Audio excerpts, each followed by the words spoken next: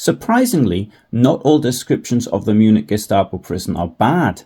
The Gestapo was based in the former home of the kings of Bavaria, the Wittelsbacher Palace.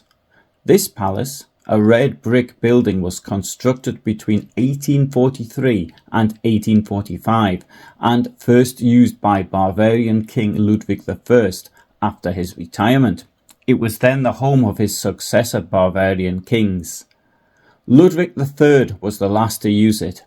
He fled after the revolution in November 1918 and the Munich Soviet briefly took over the building.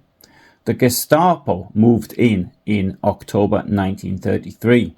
Shortly afterwards, Heydrich ordered that a prison be built. This prison had 3 floors, was modern for its time, and was connected via a passage to the main building.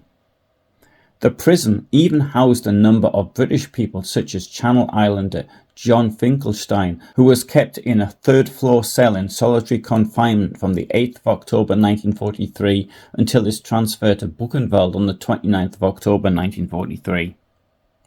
The following year, fellow Channel Islander Kingston Bailey described the prison thus: "All around were high walls, and on one side of the yard, the prison building, badly damaged from recent bombing.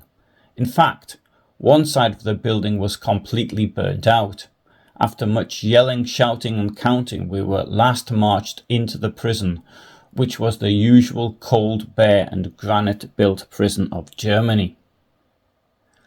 The cells were much more comfortable than I had expected. They were warm and each had its own flush lavatory. The floor was covered with brown linoleum. They were built to hold 2 men. There were 2 beds which let down from the wall, and there was also a small table with a seat on each side. We were 4, so 2 had to sleep on the floor. I was one who slept on the floor and was supplied with a mattress and 2 blankets.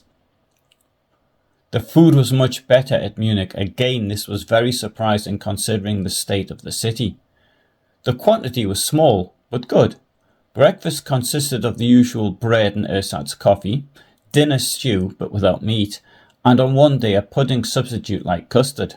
The tea was usually bread, margarine and jam or cheese, sometimes a small piece of sausage or potato salad with substitute tea. There was no work to do and we remained always in the cell, except during an air alarm when we proceeded to the basement cellars. There were 2 very heavy bombardments when I was in Munich. The first lasted for several hours. The cellars were damp and cold and very overcrowded. There were prisoners of every nationality of Europe.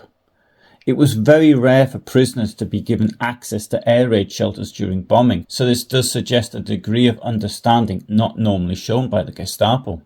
As it happened, the Gestapo was right to evacuate their prisoners, as the building was eventually destroyed in a bombing raid.